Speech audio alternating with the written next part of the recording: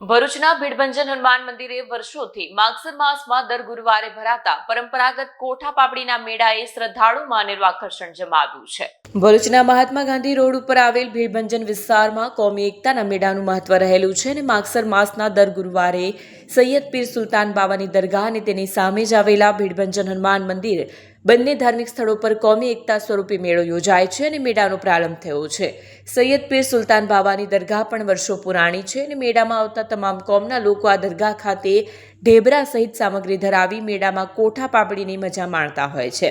કોઠા પાપડીના મેળાના પ્રથમ દિવસે શ્રદ્ધાળુઓ સહપરિવાર ટાઢું જમણ લેવાની સાથે મંદિર તથા દરગાહમાં ઢેબરા, ચણા તથા ફૂલ અર્પણ કર્યા હતા। ભીડભંજન હનુમાન મંદિર વિશે જોડાયેલી પ્રાચીન કથા મુજબ વર્ષો પહેલા હનુમાનજી આ વિસ્તારમાં કૂવામાં બિરાજમાન હતા, જે આજે પણ આ સ્થળે હાજર છે। મંદિરના ભોંયતળિયાના ભાગે નાના મોટા 7 હનુમાનજીની પ્રતિમાઓ જોવા મળે છે। અંદાજે 500 વર્ષ પુરાણા મંદિરની ખુલ્લી જગ્યામાં કોઠા પાપડીનો મેળો ભરાય છે।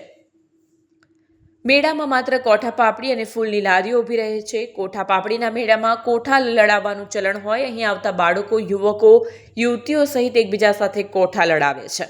કોઠા આરોગવા સાથે શ્રદ્ધાળુઓ પાપડીનો સ્વાદ માણવાનું પણ ચૂકતા નથી અને મેળામાં આવતા શ્રદ્ધાળુઓએ પણ મેળાના મહત્વ અંગે તેમજ શ્રદ્ધા અંગે પોતાની પ્રતિક્રિયા રજૂ કરી હતી। વિડીયો જર્નાલિસ્ટ વિરેન્દ્ર પાટીલ સાથે સત્યા ટીવી ન્યૂઝ, ભરૂચ। ऐतिहासिक भीडभंजन हनुमानजी दादाનું મંદિર છે। આ 400 વર્ષ 500 વર્ષ જૂનું મંદિર છે। માગસર મહિનાની અંદર 4 ગુરુવારે અહીંયા મેળા ભરવામાં આવે છે। એ મેળાને કોઠા પાપડનો મેળો કહેવામાં આવે છે। આપ જે હનુમાનજી મહારાજ જોઈ રહ્યા છો એ પાતાળ કૂવામાંથી પ્રગટ થયા હનુમાનજી મહારાજ છે અને આ હનુમાનજી મહારાજ પર આપણે તેલ ચડાવીએ છીએ। એ હનુમાનજી દાદાના પોતાના મસ્તક પર જાય છે, પોતાના ચરણોમાં જાય છે અને સર્વ ભાઈ ભક્તોની મનોકામના પૂર્ણ થાય છે।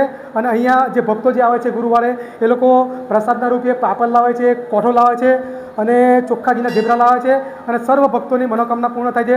જય ભીડભંજન હનુમાનજી મહારાજ કી જય, જય સિયારામ।